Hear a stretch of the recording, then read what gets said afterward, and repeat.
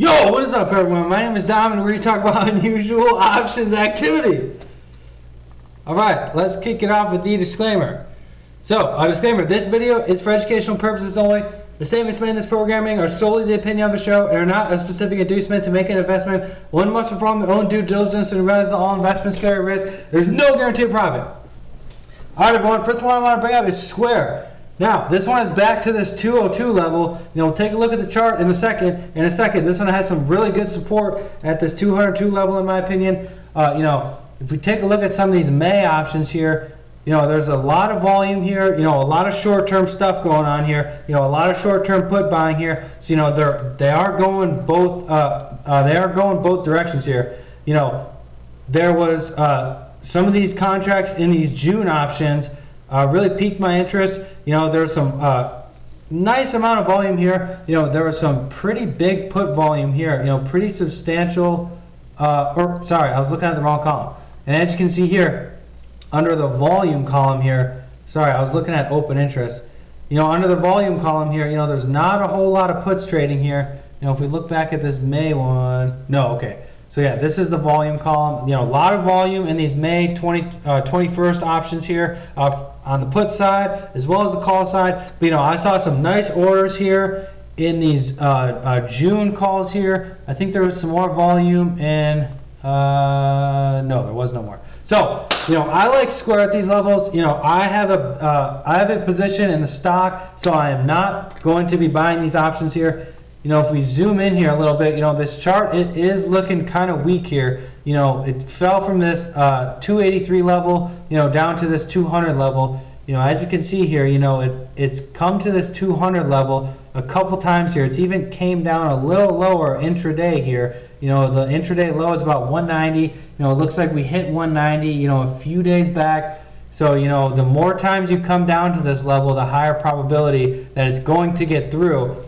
But I like the chart here because we're right at the 200-day moving average and we're at good support here. We even kind of came down to this 200 level, back in December of last year. So, we've come down to this 200 level before. I bought the stock at around 200 and, dumped it around 270. I think that this is a good opportunity for Square here. As you can see, the stock has had a huge run, but this company is really evolving into something great in my opinion. And worst comes to worst, this will be a long-term hold if it does trade down, and I will be adding to it. So, orders on the calls and the put side, I really liked the last earnings release. They blew the earnings out of the park. Analysts raised the price target. I read over the conference call. I liked what the CEO and the CFO had to say. So I'm taking the other side of the trade. Even though there was more puts traded than calls, I'm taking the other side of the trade, and I added to my stock position today. So next one I want to bring up is Bldr. Now this is Bldr's first source. Now this is a industrial materials company, specifically materials for houses, trusses, walls and stuff like that, struts, drywall, just building materials for houses in the industrial sector. As you can see here for these August 20th 50 strike calls, I've said many times on this channel, I'll scan for options that trade, any option contract that trades more than 3,000 contracts. So, that does take a long time. And throughout the day, it definitely does pile up. But you just got to sift through it. Put your head to the grindstone and just kind of grind through it. And sometimes you just got to look and see what option contracts are popping up that you don't normally see. And I don't think I've ever seen this one hit in any of my scans. So I immediately saw this one.